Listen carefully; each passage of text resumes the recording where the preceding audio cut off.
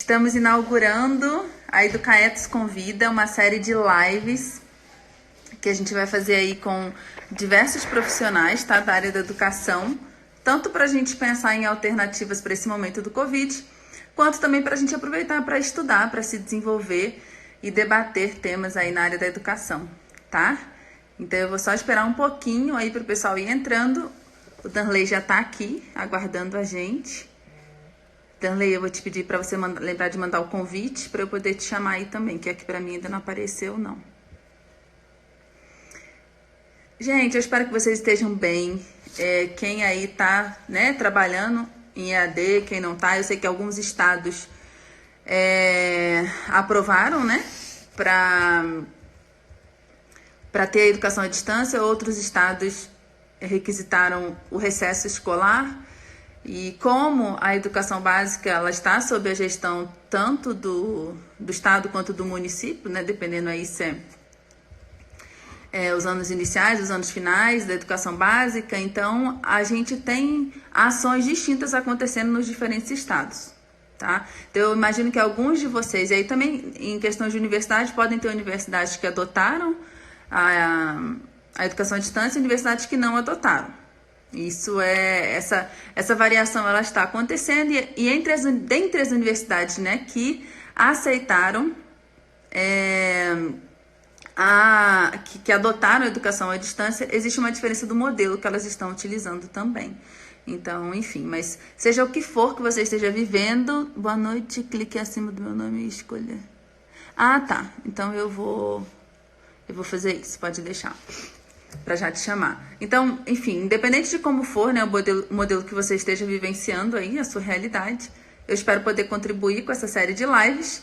E hoje eu convidei o professor Danley, ele é especialista em Libras, ele vai poder falar melhor do trabalho dele para vocês, mas para a gente refletir um pouquinho sobre acessibilidade, tanto, né, no que concerne ao momento presencial, quando a gente retornar aí as nossas aulas, mas também na educação à distância, beleza?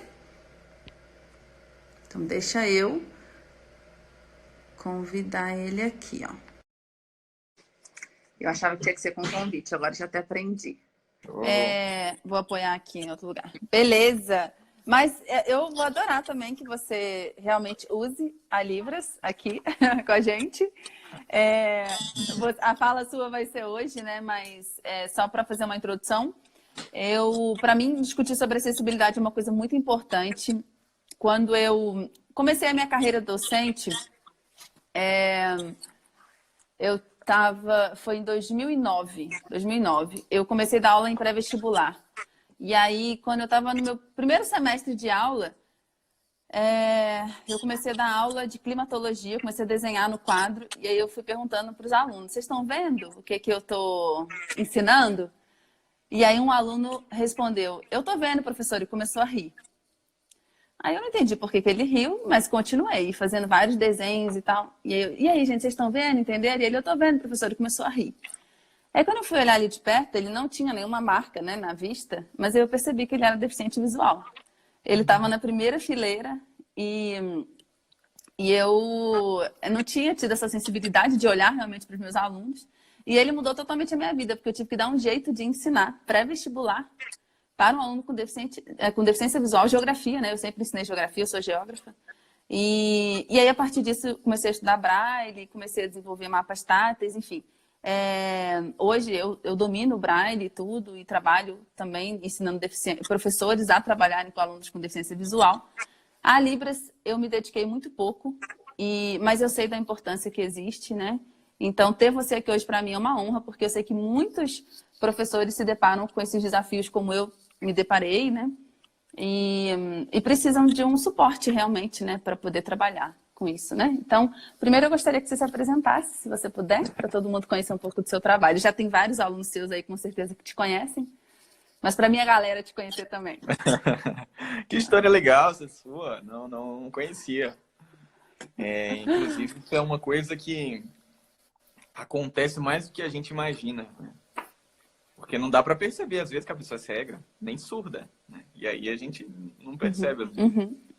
Pra galera que não me conhece ainda, já vi uns alunos aqui mesmo. Eu sou professor, intérprete de Libras. Hoje eu trabalho principalmente através da internet. Eu me especializei nisso, em ajudar pessoas a ficarem fluentes na Libras através da internet, para que elas consigam conversar com os surdos diretamente no idioma deles, que é a Libras. Muita gente, inclusive, acha que confunde, às vezes, Libras e Braille. Aham. Libras, tá, aquela língua dos cegos, né? Às vezes eles confundem isso. Mas a verdade é que não. Libras e Braille são coisas completamente diferentes. Libras, inclusive, significa Língua Brasileira de Sinais. Ou seja, ela é útil aqui no Brasil, não é universal. E é interessante a forma como eu aprendi esse idioma, que foi um pouco diferente da convencional. Eu tinha mais ou menos aí uns 10, 11 anos de idade. E os meus pais, eles tinham acabado de se separar. E quem já passou por isso, quem tem pais separados, sabe que é uma situação muito complicada. Inclusive, ainda mais quando você é ali pré-adolescente. E eu lembro de uma vez que eu perguntei pro meu pai, e eu perguntei assim para ele: pai, quando que a mãe volta? E aí ele respondeu para mim: ela não volta, filho. E aí naquele momento eu senti um vazio, sabe? Uma parte de mim assim que tinha ido embora. Uma grande parte, com certeza. Uma grande parte que tinha ido embora. E eu sinto isso como se fosse hoje. E aí poucas semanas depois, eu já estava muito mais isolado. Só que eu tinha amigos que eram intérpretes. Eu nem fazia ideia que eles eram intérpretes. Mas eles eram intérpretes e eles começaram a perceber isso. E aí eles me convidavam para ir na casa deles. Jogar baralho, jogar Uno, jogar dominó. Só que quando eu chegava lá, tinha surdos. Aí eles iam me apresentar os surdos. Ó, Danilo, esse aqui, ó, ele aqui é surdo. Aí eu ficava, o que é que faz, né? Aí eu falava, oi, tudo bem? Aí, não é assim que faz. Faz assim, ó, oi, tudo bem. Aí eu pegava aquela informação, aquele sinal, e já fazia com o surdo. Oi, tudo bem. E aí eles iam me convidando constantemente. E aí ele me ensinava um sinal, eu treinava com o surdo. Me ensinava um sinal, eu treinava com o surdo. Aí não demorou muito, o surdo já estava frequentando lá em casa, já estava jantando lá em casa. E Ah, aí que eu ia delícia. conversando cada vez mais. E assim eu dei início ao meu aprendizado de Libras. E eu acredito que hoje eu amo tanto esse idioma porque ela acabou preenchendo em mim algo que eu não tinha naquela época, né? A gente tem esse jogo emocional aí também que é muito importante para mim. Se a galera ficar em dúvida, minha mãe, hoje a gente se fala, tudo bem, tá tudo tranquilo. Mas o meu apego com a Libras é muito grande, né? E a partir daí não parou mais. Eu comecei a trabalhar muito cedo como intérprete. Esses surdos que iam lá em casa, jantar, almoçar, há 10 anos atrás, 10, 14 anos atrás, que foi quando isso aconteceu, não tinha muito intérprete. E aí ele precisava ir no hospital. Os outros estavam trabalhando, aí quem é que eles chamavam? Me chamavam para ir junto. Aí eu ia no hospital com um surdo, desse tamanho, assim, ó, interpretando para Que os surdos no legal. hospital, no banco. E aí, essa galera desconfiava, né? Se eu estava interpretando direito. Aí começava a fazer algumas perguntas, o que ele está dizendo agora? E eu lá, pequenininho, interpretando o que os surdos estavam falando, e a minha carreira começou assim. Muito legal. E assim, pelo que eu fiz uma disciplina na faculdade padrão, né? Eu estudei na Universidade de Brasília. Fiz introdução a Libras, então o que eu sei foi dessa disciplina, mas não pratiquei, né? E eu sei que existe um sinal que a gente pode ter para definir o nosso nome, não é isso? Não é? Exatamente. E aí, na época, eu usava brincos muito grandes, né? Hoje eu uso brinco menor. Eu tô com esse aqui porque eu tô na live, porque eu tenho 2 bebês, senão eles arrancam, né? Mas eu usava brincos muito grandes e de pena. E de pena. E como meu nome é Janaína, né? O J é assim, eu me apresentava assim, né? Então, esse era vamos dizer assim, o meu símbolo. Eu posso dizer que é o meu nome? É, isso assim. O J, né? E a questão do brinco ser grande. Aí eu posso dizer que esse é o meu Legal. nome em Libras, ou é o meu sinal, e se é assim Esse ou é o não, seu e sinal. qual que é o seu? A expressão que a gente usa é o seu sinal. E aí, se a gente for fazer em Libras, é assim, né? Meu sinal. Aí você faz essa configuração de mão e vira para você assim, ó. Aí se você fosse fazer, né? Meu sinal é...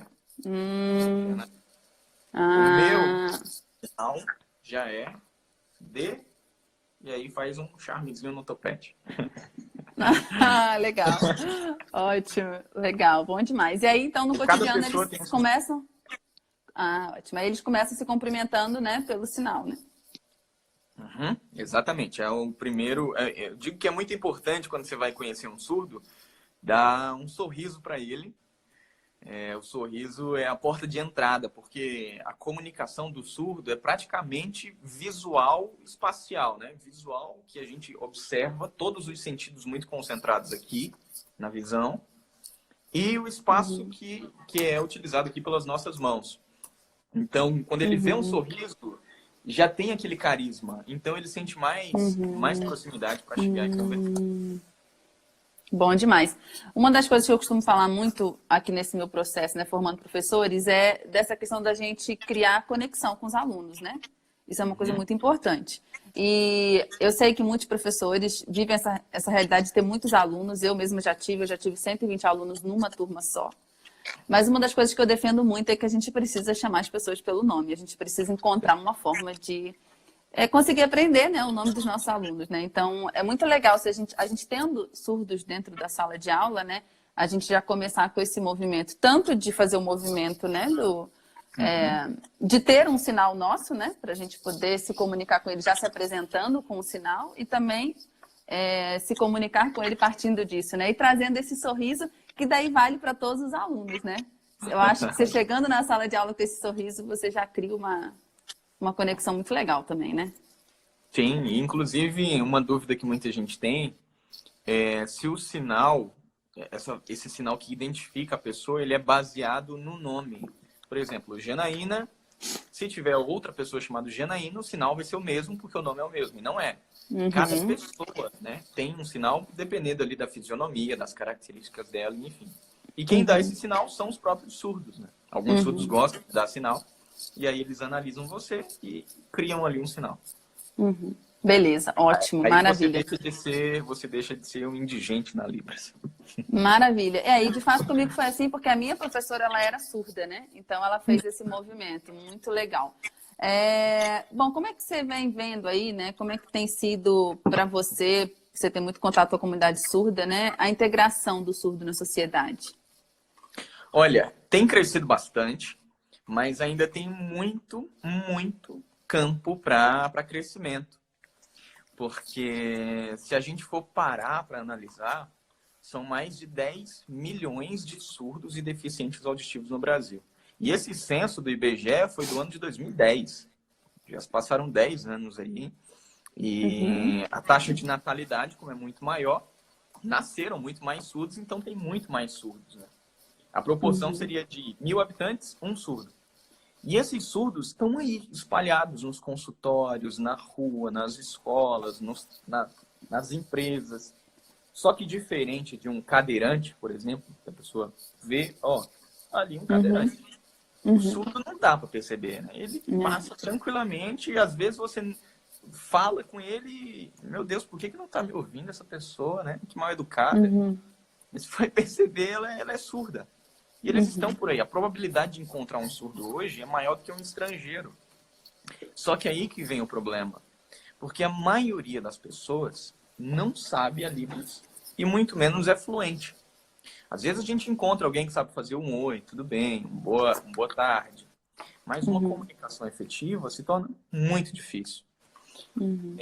O número de intérpretes vem crescendo ao longo do tempo. E o intérprete já é um avanço muito grande ali entre a comunicação de um ouvinte e a comunicação de um surdo, né? Ele consegue fazer bem essa intermediação. Mas ele não resolve todos os problemas. Como que resolveria? Comigo, com você, com os professores, com os médicos, aprendendo a língua brasileira de sinais. Eu acho que a gente começou a caminhar, principalmente com as redes sociais. A Libras ela vem ganhando uma força, mais vídeos sendo traduzidos, A televisão já tem mais ali o intérprete, embora é muito pequeno, né? Às vezes nem dá para ver direito, mas já é ali um certo avanço. Mas eu ainda vislumbro muita coisa para melhorar. Uhum, uhum. Eu fico, às vezes, impressionado quando eu faço enquetes aqui no meu Instagram e eu pergunto, você já é fluente em Libras? E, tipo, 80%, 90% das pessoas diz que não. E isso é um pouco doloroso para mim, que sou profissional da área, e principalmente para os surdos. Porque são pessoas que não conseguem se comunicar com eles. E, tipo, se sem comunicação a gente não é nada. Tudo que a gente acredita, tudo que a gente viu, é estabelecido através da comunicação. Mas quando a gente não tem isso, meu Deus, vai ser uma absurda.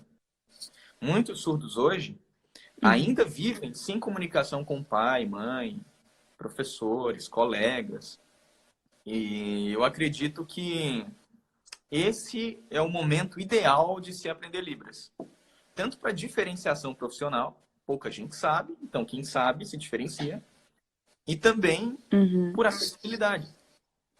Eu acho muito legal a definição de acessibilidade, que é aproximação, tratamento e aquisição. Como assim aquisição? Informação. Hoje, as fontes de informação para nós, ouvintes, são muitas. Mas para o surdo, é escasso. Informações sobre o coronavírus. A gente torce quando tem um vídeo interpretado. Pronunciamento de não sei quem. A gente torce quando agradece quando é interpretado. Mas jornais, blogs, a maioria das coisas não são ainda interpretadas. E isso, se a gente se colocar um pouco no lugar dele, é tipo perdido, a gente fica perdido. É verdade. E com esse olhar um pouco mais crítico, um pouco mais analista, a gente consegue ver que ainda tem muito por vir. Com certeza. E ouvindo você falar, eu fico pensando só no contexto da sala de aula, né? Porque hoje um grande desafio... Hoje não, né? Assim, na verdade é um desafio antigo que o professor tem de conseguir engajar os alunos em sala de aula, né? A gente tem, às vezes, sala com 35, 40 alunos na educação básica, no ensino superior chega a 80, 100 alunos, e o professor basicamente dá aula para um paredão que está na frente dele, aquele fundão que não quer estudar, que não quer fazer nada, que não quer se envolver, né? E, ao mesmo tempo, hoje o professor sendo bombardeado com essa necessidade de aplicar metodologias ativas, de inovar em sala de aula, de fazer trabalho em grupo, enfim, né? De colocar a mão na massa, o construtivismo borbulhando. Só que a gente não está conseguindo fazer isso nem com os alunos que a gente pode dizer, né? Tem todos os sentidos, né? Funcionando normalmente. E aí, a entrada de um surdo no meio desse contexto, isso me preocupa muito, né? E eles estão aí, eles precisam estar, né? Assim, a outra experiência muito desafiadora que eu tive, Darley, estou me sentindo muita vontade com você aqui, até contando histórias. Bom demais. Mas, assim, quando eu trabalhei na Federal de Goiás, eu tive um aluno com síndrome de Down. E aí foi um desafio que eu enfrentei em relação ao cognitivo, né? E no caso da síndrome de Down, é visível, como você falou, a questão, por exemplo, do deficiente físico. Mas existem muitas outras doenças cognitivas ou deficiências cognitivas que elas também não são visíveis, né? A gente não olha para a pessoa e sabe que ela tem. E é muito difícil lidar, né, com todas essas diferenças e com todas essas limitações dentro de uma sala de aula heterogênea, né? E eu falei isso tudo para você me dizer se você tem acompanhado como tem sido a inclusão, né, desses surdos nas escolas, o que tem sido feito, enfim. Legal essa pergunta. Eu trabalhei dos dois lados, como intérprete e como professor com intérprete. Então, eu vi na prática ali como que isso acontece. Ter um intérprete em sala de aula já é muito bom, é um avanço. Mas ele não resolve todas as questões de acessibilidade daquele aluno surdo. Primeiro, porque o trabalho entre professor e intérprete tem que ser muito em conjunto, muito em conjunto. O que acontecia muito era o professor colocar a responsabilidade para ensinar o aluno surdo, ele colocava essa responsabilidade para o intérprete. Só que tem um detalhe, o intérprete não é professor, ele só é um meio da informação ser acessível para aquele aluno surdo. Tem um sinal em Libras que define isso muito bem, que é esse aqui, ó. Ele pega a informação de um lado e leva para o outro. Ele pega de um lado e leva para o outro, né? Isso, ele pegou aqui e levou para lá. Isso é o que o intérprete faz. Então, deixar na mão dele a avaliação do aluno, as atividades, as dinâmicas, não é a melhor estratégia. Tem que ser um trabalho muito em conjunto. Só que vem o segundo obstáculo. O professor, na maioria das vezes, desconhece a realidade de um aluno surdo. Eu trabalhei numa escola que teve uma professora de português que a gente teve uma conversa assim muito séria, porque ela estava dizendo que aquela aluna surda, ela tinha que ser avaliada igual os outros alunos ouvintes. Só que aí tinha um detalhe. O assunto que a gente estava estudando era fonemas. E a surda tinha surdez profunda. Ela nunca ia ouvir aquilo. Ela nunca ia ouvir um encontro com o sonotal, o que é um LHO, o sonda, o que era uma poesia. Não fazia sentido para ela. Então, é um tipo de assunto que tem que ser adaptado para a realidade do aluno surdo. Só que aí levam horas extras, leva treinamento, formação do professor, conhecimento da língua de sinais. Então, tem uma série de questões que, se a gente analisar, começa a ramificar, assim, né? Um outro detalhe sobre acessibilidade em sala de aula. Os alunos ouvintes, o professor fala assim, ó, pessoal, próxima quinta-feira vocês trazem o exercício aqui para a sala de aula da página 67 respondido, a interpretação de texto. Aí os alunos levam o livro para casa. O livro está em qual idioma? No idioma deles, idioma materno. Mas do seu. A família não vai ter a capacidade para ensinar para ele. O material não é didático para ele. O intérprete não vai estar com ele. Então, existem uma série de outros fatores externos à sala de aula que comprometem diretamente essa acessibilidade aí. Muito legal. Eu anotei alguns pontos, vou sempre procurando fazer essa conexão. Muito legal essa questão de pensar no intérprete, se ele não for, na verdade, um professor assistente, de alguma forma, ou seja, trabalhar, às vezes, no planejamento junto com o professor, né? Receber esse suporte realmente, ele vai ficar à margem, ele vai ficar orbitando ali na sala de aula e não será efetiva a aprendizagem do aluno surdo, né? Então, Exato. Com certeza, o professor e o intérprete precisam trabalhar mais juntos, né, nessa relação de professor e professor assistente, né? Eu adorei quando você falou, Danley, de conhecer a realidade do aluno surdo. Isso é fantástico. Eu consigo ver que as coisas que você tem pontuado aqui sobre a necessidade para o aluno surdo, se o professor já fizesse naturalmente para os alunos, né, para todos os alunos, isso fluiria de uma forma muito mais fácil para o aluno surdo também, né? Eu tenho uma metodologia que eu desenvolvi, né, para engajamento em sala de aula que se chama 4FE. Depois eu posso te contar melhor. Mas são as 4 fronteiras do engajamento, né? E aí, só vou te falar da primeira e da segunda. A primeira é que a gente precisa saber onde a gente quer chegar. E a segunda, a gente precisa saber de onde a gente está saindo. Qual que é o nosso ponto de partida.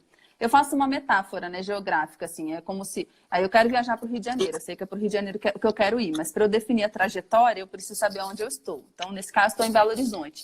Aí eu já sei que eu vou ter que pegar a BR-040, enfim, por aí vai.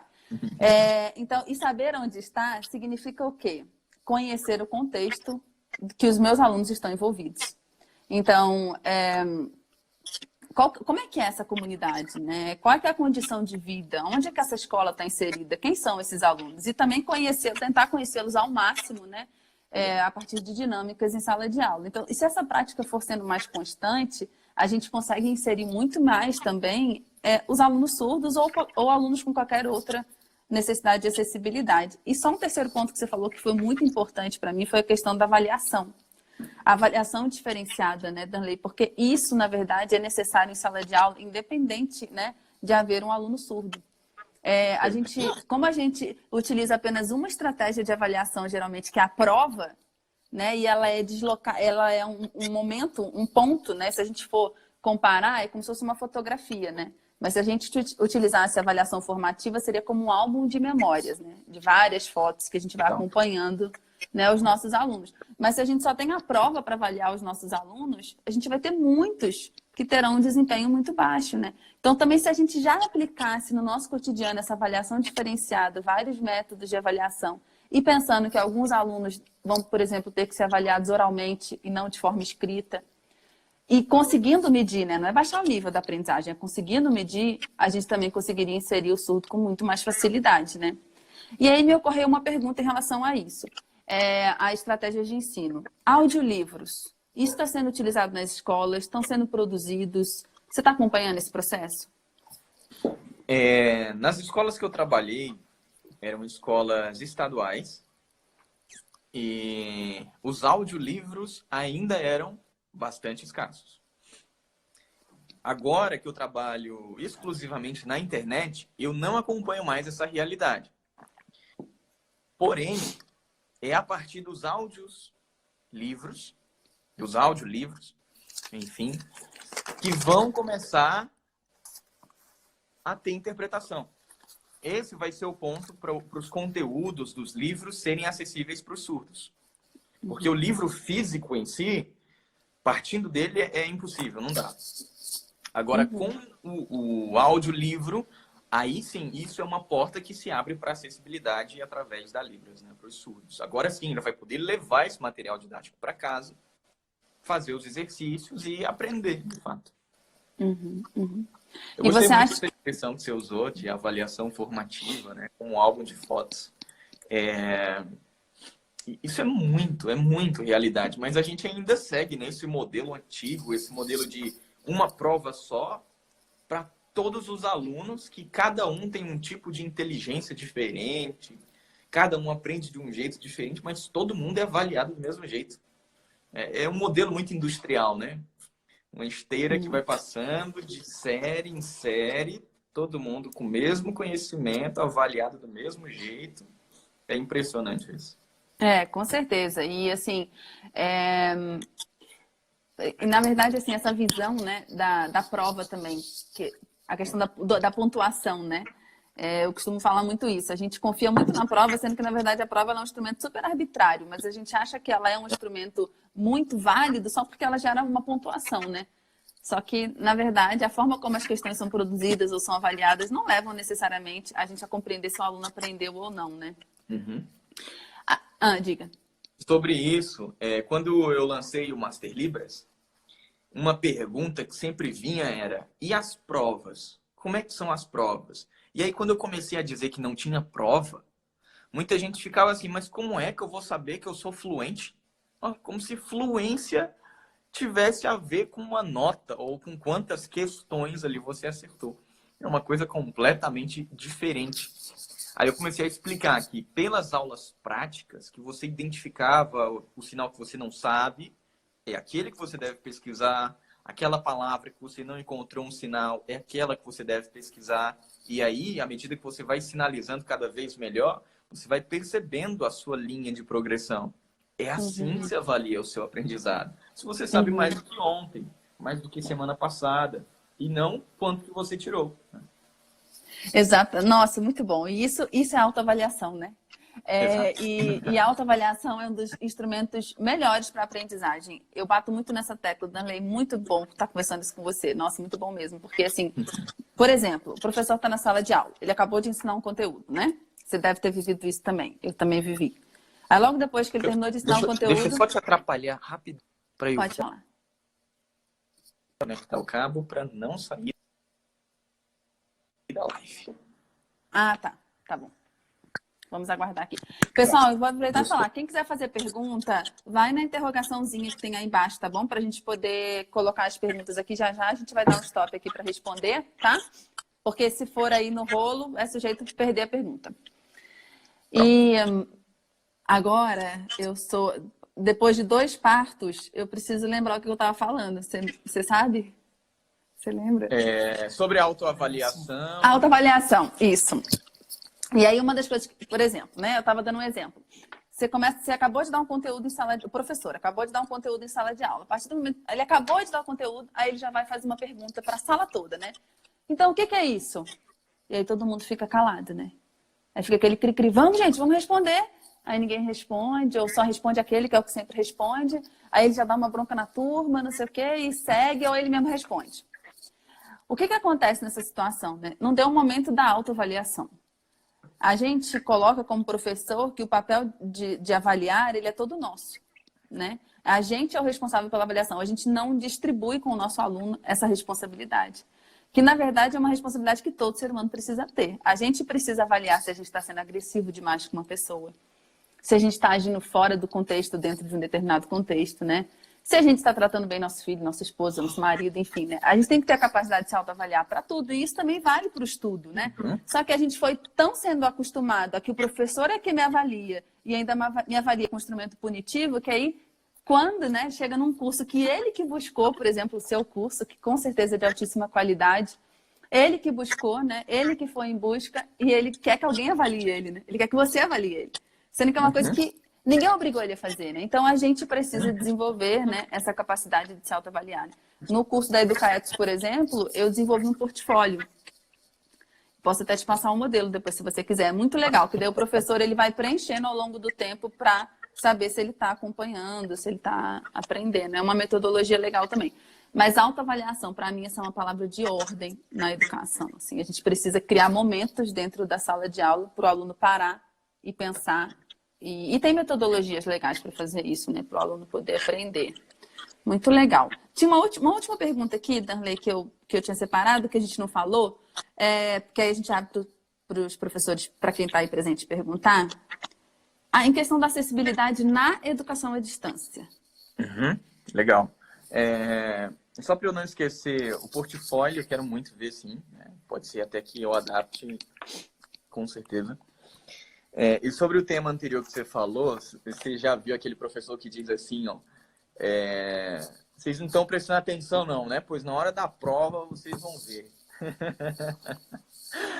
Isso libera muita adrenalina, né? Gera medo, ansiedade. E o aprendizado é para ser completamente contrário, é para gerar prazer, né? Uma coisa nova que você está aprendendo, que você está dominando. Então, isso é algo que eu sempre prezo muito e tenho sempre aquela cautela, né? De não gerar isso nos alunos também. E eu gosto muito de utilizar o humor como ferramenta de ensino. Nem sempre dá certo, nem sempre é engraçado, mas pelo menos eles quebram aquele padrão, né? Porque a gente já vem anos nesse padrão de escola, prova, nota, melhor da turma. A gente vem muito nisso, então está muito enquadrado. Até os cursos de Libras querem fazer isso. Tipo, ainda divide em básico, intermediário e avançado. Como se na vida real, ao encontrar um surdo, a gente pudesse escolher. Não, nossa conversa agora é básica, tá? Porque eu terminei só o curso básico.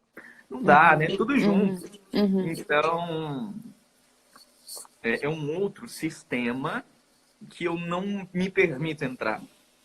E aí eu quebro esse padrão dos alunos também e acaba sendo muito, muito legal. Teve outro ponto que você falou sobre essa dependência de avaliação. E aí me veio um insight bem aqui na hora, que é uma dependência de aprendizado. Tipo, aquele aluno que diz assim, ó, não, vou estudar só isso aqui que o professor passou, essas páginas. Aí, na hora da prova, o professor coloca uma perguntinha diferente. Aí o aluno diz assim, mas o senhor não ensinou isso aí? Não vale. Como se só pudesse aprender aquilo. Né? Ele não pode buscar mais, passar uma página a mais do livro.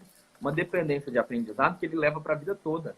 Ele leva para resolver os problemas da vida dele, para julgar uma situação, só aquilo. Porque foi cuidado, senão a culpa não é dele. Veio esse insight aqui na hora. Interessante, muito interessante. E eu nem lembro a pergunta agora. Acessibilidade na EAD. Acessibilidade na EAD.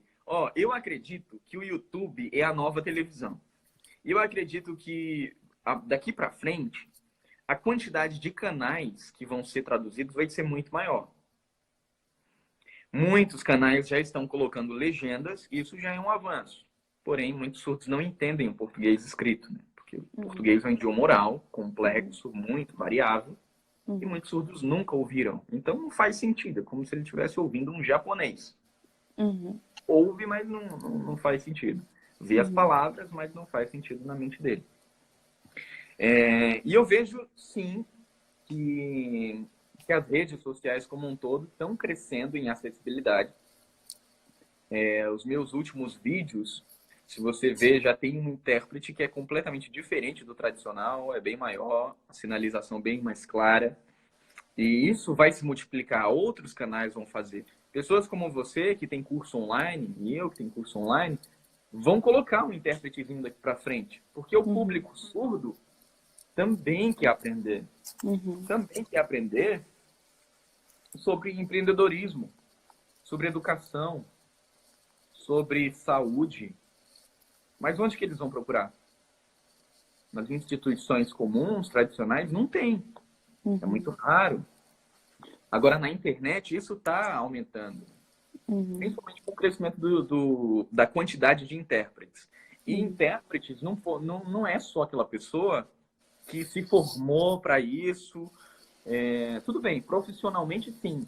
Mas no cotidiano, na vida real, você pode ser um intérprete. Tipo, digamos que você tenha um parente surdo. Você está conversando com esse parente e chega alguém que não sabe Libras. Quem que vai interpretar? Você. Então, acaba sendo um trabalho natural, uma função natural, a interpretação. Então, está crescendo, sim, nos ambientes virtuais. Tem uma galera que está vendo aqui essa live, que é intérprete, inclusive. E eu acredito que esses professores que também estão nos assistindo agora podem ser intérpretes. Quando encontrar um aluno surdo e outro professor que não souber Libras, ele que vai fazer essa intermediação. Então, se eu pudesse dizer uma coisa aprenda Libras. Esse é o segundo idioma do nosso país.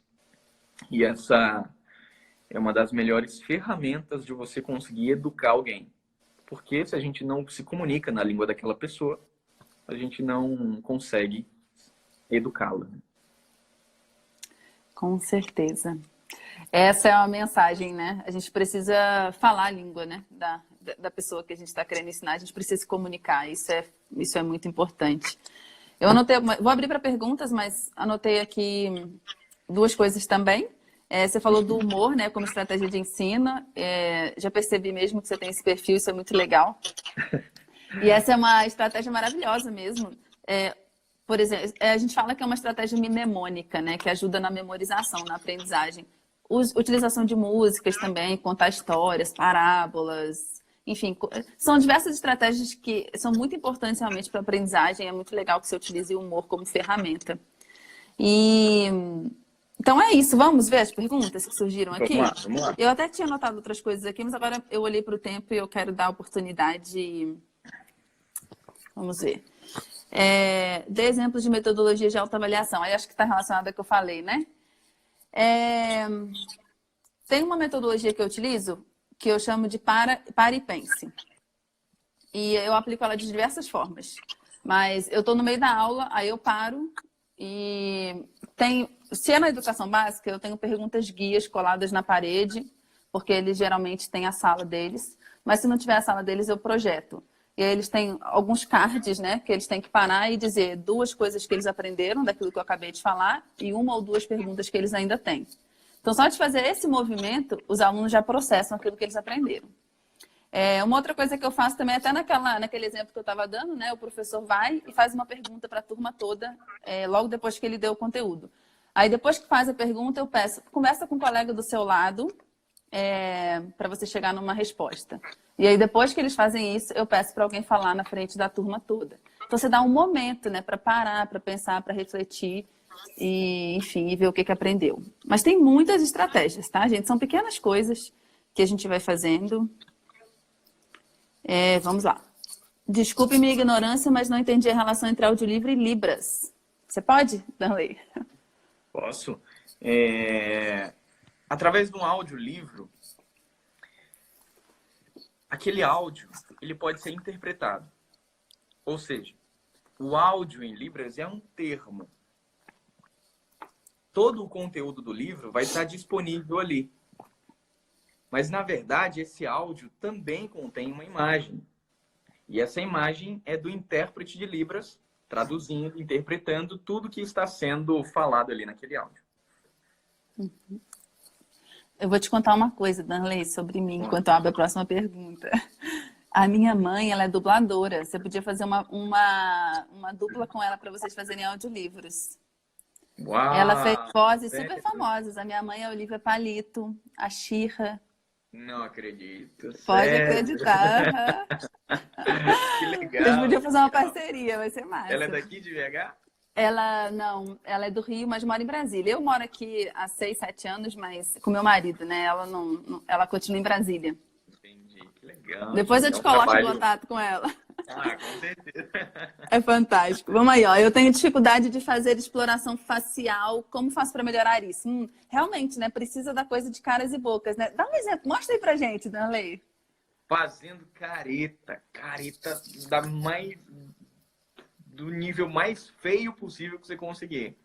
Porque na Libras, o surdo ele não enxerga assim, meu Deus, que expressão feia. Não, é algo normal, é algo cotidiano. E o surdo ele vê a pessoa não como feio ou bonito, mas como fluente ou não fluente nas expressões faciais. E nós já temos isso. Nós já temos as expressões faciais, a gente só não sabe que tem. As mulheres, principalmente. Vocês, nas expressões faciais, é algo assim fora do comum. A gente sabe o perfil pior do que o outro, né? Não é? Então, as expressões faciais são algo muito comum na Libras e não é difícil, não. Às vezes a gente tem receio por parecer feio, né, ou deselegante, mas é algo completamente natural. Faz uma expressão de raiva, uma expressão de nojo, uma expressão de desprezo, uma expressão de alegre, uma expressão de surpresa. E aí você vai testando isso na frente do espelho e utilizando junto com a língua de sinais, porque é 2 processos, né? O primeiro processo é você conseguir fazer só o rosto, as expressões, e o segundo processo é você utilizar isso simultaneamente com os sinais. E isso vai precisar de tempo e de técnica também. E você acha que mesmo o professor dando aula, né, falando, ele não tem um intérprete na sala de aula, mas ele dando o conteúdo, vale a pena ele utilizar expressões? Com Também? certeza, com certeza. Porque o aluno surdo ele Ótimo. vai começar a traçar a personalidade do professor, o tom do tema, da explicação. Então, as expressões faciais vão ser a voz dele. Massa. O tom de voz dele. Ótimo, ótima dica. Beleza. Vamos lá. Na escola que trabalho, os professores não dominam Libras. Tem um aluno surdo. O que você aconselharia? Olha, tem um cara no YouTube, né? Danley. Eu sabia que... Eu achei que você ia falar, olha, tem um Master Libras. Não tem Ótimo. jeito. Porque, tipo... Vai falando, tá?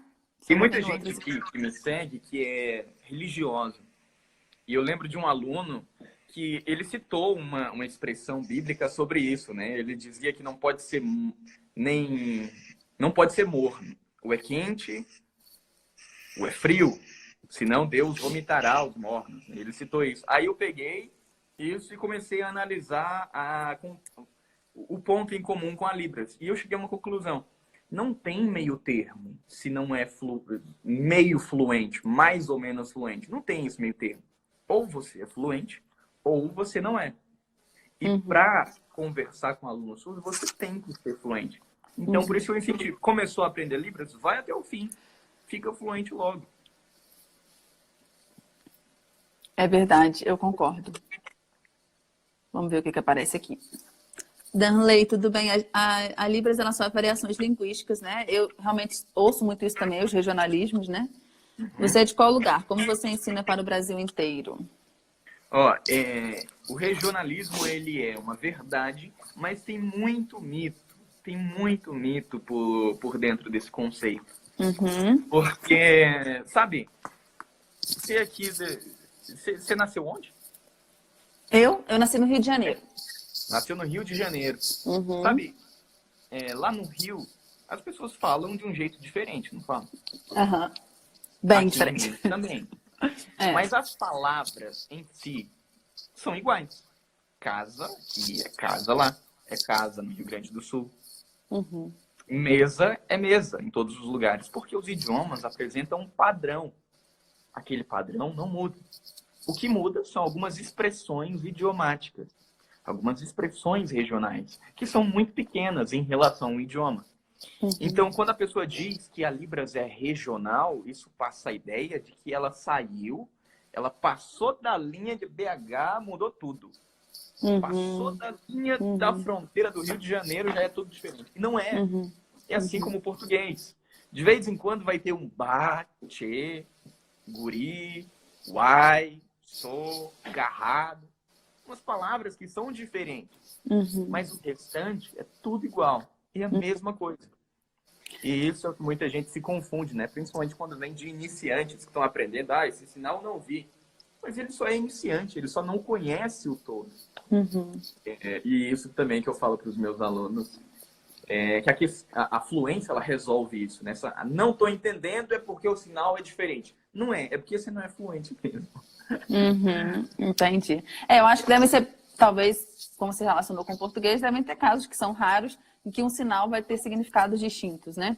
Às vezes acontece uma palavra que num lugar ela tem um sentido que é ameno, em outro ela tem um sentido que é um pouco pesado, né? Mas assim, isso deve ser raro, então, né? Sim, são as minorias do idioma. O padrão, ele é o mesmo. Como ajudar na formação desses professores para despertar o olhar do planejar inclusivo? Posso só falar um pouquinho, Darley? Aí você continua? É uma coisa que eu penso muito, né? Quando o professor ele começa, nas pequenas coisas que ele vai fazendo, né? Ele percebe que ele consegue, porque toda sala de aula é uma sala de aula heterogênea, né? Toda sala de aula tem pessoas com diferentes níveis de aprendizagem, com diferentes vontades, desejos, criações, backgrounds, né? Que a gente fala, que é a mochilinha que a gente carrega nas costas, né? Que é a nossa história. Então, se a gente já começa a ver, né, a nossa sala de aula como uma sala de aula que precisa de inclusão sempre, eu acho que isso vai se tornando uma coisa menos pesada e menos inacessível, como tem sido visto para muitos professores, né? Então, sempre existiu aquele aluno do fundão, aquele aluno que não falava nada, ou até aquele aluno que não falava nada, mas não porque ele não estava entendendo, mas porque ele era tímido e ele não tinha coragem de falar, né? Enfim, essas diferenças sempre existiram, né? Agora a gente precisa realmente conhecer as estratégias certas para saber lidar com elas, né? Então, quando eu vejo uma pergunta dessa, né? Despertar o olhar, né? Inclusivo, na verdade, despertar o olhar docente como ele deveria ser, né? Muito bom, muito bom. Concordo plenamente. O que a gente está fazendo isso já né? Um empurrão, uma ajuda para os professores e também outras pessoas aqui de profissões diferentes enxergar esse olhar mais inclusivo. Porque mesmo que se tiver outra pessoa de outra profissão, ela é professora em algum momento, né? A gente sempre ensina alguma coisa. Verdade. Mas o primeiro ponto é ela entender que esse ser humano existe. Ela sabe que o surdo existe. Ok, já é um avanço. O segundo ponto é ela saber que existe uma forma de se comunicar com ele, que é um idioma chamado Libras. Ok. Depois disso, ela tem que partir para o terceiro princípio, que é dominar esse idioma. Porque dominando esse idioma, aí sim, ela consegue aplicar tudo que ela estudou, tudo que ela se formou, através desse idioma. Caso contrário, não dá. Ela é só uma pessoa com muita bagagem, com muitas ferramentas, técnicas, estratégias, mas sem efetividade, né? Porque não está chegando da forma correta, não está tocando o coração desse indivíduo, não está entrando na mente dele. É verdade. Deixa eu escolher logo uma aqui. Outra. Eu tô indo aleatório. Quando o diretor não entende, obriga o surdo a fazer prova igual aos ouvintes. Essa questão da direção obrigar, né? O que acontece? Existem algumas coisas que são pré-estabelecidas, né, na escola, como, por exemplo, as avaliações vão ser bimestrais. E essa avaliação geralmente já tem uma nota definida, né? Às vezes as escolas já têm nota definida para atividades que são relacionadas, são aplicadas em sala de aula e para as provas. Isso eu sei que existe esse congelamento, né? Mas, de todo modo, mesmo que a prova ela continue acontecendo da maneira tradicional, o importante é que essa outra nota que vem, né, nos bimestres ou no trimestre, dependendo de como a sua escola é organizada, você consiga permitir atividades diferenciadas. Então, atividades que você consiga realmente comprovar a aprendizagem dele. Então, não é atividade diferenciada para dar nota para ele, mas que você consiga realmente avaliar o que ele aprendeu, já que a prova não vai ser o instrumento ideal, né? Então, muitas vezes existe essa obrigação, sim, infelizmente, mas a gente, como professor, pode ter essa intencionalidade muito clara, estudar, ver melhores modelos de aplicar a prova para que... Mas só uma coisa, Darley, que eu gostaria de comentar, a gente tem que fazer isso com muito cuidado, para não excluir ele dentro da sala de aula, não parecer que ele é completamente diferente. Então, quando você fizer uma avaliação diferenciada, aplique para um grupo de alunos, tá? Não necessariamente, olha, estou aplicando essa para você porque você, né... Porque a avaliação formativa, elas são as atividades que você aplica em sala de aula que se tornam instrumentos avaliativos, né? Então, você fazer isso de uma forma que não segregue, né? Nos Estados Unidos, eles usam o termo status, que é você colocar aquela criança ou aquele jovem com baixo status diante do outro. Isso é péssimo para a vida desse ser humano, né? Então tem que ter muito cuidado com isso quando a gente fala de diferenciação, né? O que você falaria para ela? Isso que você comentou é uma linha assim, muito tênue, né? Porque adaptou a avaliação para o aluno surdo, todo o restante já fica assim.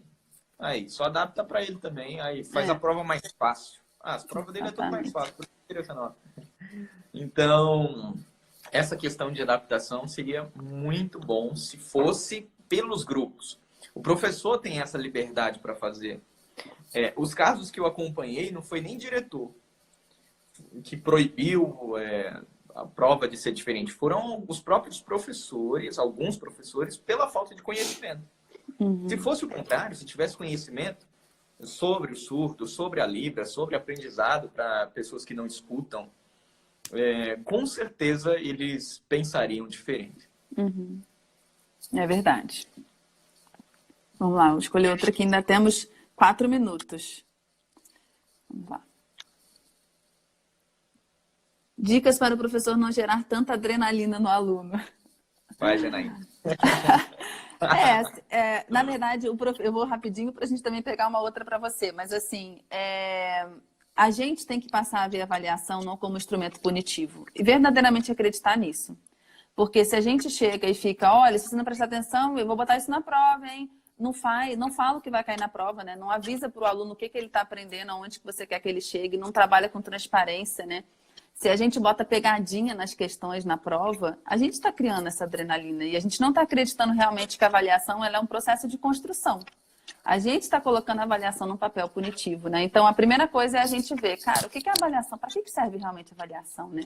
Para fazer aquele ser humano crescer, para ele realmente aprender, para ele conseguir transformar a vida dele e para eu saber se eu estou mandando bem em sala de aula. Porque, Darley, o que eu já vi em sala de professor chegando lá e falando, 80% dos meus alunos tiraram nota baixa, e como se isso fosse motivo de comemoração. Se 80% dos seus alunos tiraram nota baixa, tem algum problema com a instrução, né? E com a prova, provavelmente, né? Então, essa adrenalina acaba quando a gente vê a avaliação como um parceiro da instrução, uma parceira da instrução, como um processo de construção mesmo de um ser humano, que é o nosso aluno que está ali, né? Então, é isso que eu falaria. Muito bom. Eu já vi professor fazer delação premiada em sala de aula. Ai, meu Deus. Pegou um coleguinha. Nossa, que vergonha. Mas olha aí, Darley, vamos ver essa. Mas com o professor sendo ou não fluente, é importante o intérprete na sala de aula? Essa é boa. Com certeza. Porque digamos que o professor, a Janaína, em sala de aula, super fluente na Libras, aí ela tá lá. Só que a Janaína, ela é professora de geografia daquela turma. Ela não pode focar 100% naquele aluno surdo. Porque se ela focar 100% no aluno surdo, todos os outros não têm a professora ali. Então, a Janaína precisa continuar no papel dela de professora da turma inteira, explicando o conteúdo. Para que o intérprete consiga pegar tudo que a Janaína está ensinando e direcionar para aquele aluno surdo. Mas isso não impede a Janaína de ir até aquele intérprete e perguntar: e aí, como é que está sendo? Está com alguma dificuldade? Quer que eu explique de uma outra forma? Eu trouxe aqui esse material visual que explica mais ou menos o que é o relevo e o que é as planícies. Olha só, mostra esse vídeo para ela. Sabe, ela explicou para toda a turma, colocou uma atividade, enquanto isso foi lá deu o suporte necessário, voltou para o papel dela de professora. E isso, no caso da Janaína, por exemplo, sendo fluente, ela já poderia ir direto, né? Pedir um com licença ali para o intérprete, perguntar: você está com alguma dúvida? Como que eu posso te ajudar? Aí aquele contato do aluno direto com o professor é o sonho, né? Maravilha, maravilha. Janaína, muito bom a live. Parabéns por essa iniciativa. Você tem muito conteúdo mesmo, e as pessoas precisam conhecer tudo isso que você sabe. E estou torcendo muito para você e para as próximas turmas aí do seu treinamento online também. E eu também tenho muito a aprender com isso, viu? Já Que fiz bom, as anotações querido. aqui. Muito grata, viu? E eu vou aproveitar e vou falar o mesmo, né, em relação a você. Assim, desde que eu comecei a te acompanhar, eu admiro o seu trabalho, assisto seus vídeos, vejo seus posts. Eu sei que você vai abrir uma nova turma, né, do Master Libras. E todos os alunos que sempre que eu vejo comentando nas suas lives ou nos seus posts, eu vejo o quanto que você é admirado, quanto que você é um professor admirado. E é muito legal isso, né? Virtualmente, você está conseguindo engajar os seus alunos, você está conseguindo envolver os seus alunos. Então, isso é fantástico, né? Porque a gente precisa de professor assim. Eu vejo que você está contribuindo não apenas com a Libras, mas com esse humor que você traz, né? E mostrando essa função social, né? Daquilo que a gente tem para ensinar. Aquilo que a gente tem para ensinar vem acompanhado de uma responsabilidade, de uma função social. Então, esse seu trabalho de estar disseminando a Libras e de uma forma que os alunos realmente estão aprendendo, muito legal. Eu desejo também prosperidade para você, viu? Fazer o sinal em Libras. Muito obrigado. Então, vamos lá. Obrigado. Muito bom, é um prazer, é um privilégio, na verdade, né? Poder devolver ao mundo aquilo que a gente recebeu dele. E muito obrigado pelo convite. Precisar de novo é só chamar, tá bom? Você também, precisando, você me chama. E eu vou te mandar o portfólio, tá bom? Perfeito, muito obrigado. Desculpa não responder todas as perguntas, tá bom, gente? Mas olha, grata pela presença de todos e a gente se encontra por aí. Eu vou finalizar, Danley, com a minha frase clássica. Eu tenho uma frase que eu finalizo todas as lives, tá? Se você quiser traduzi-la, vamos juntos humanizar a educação?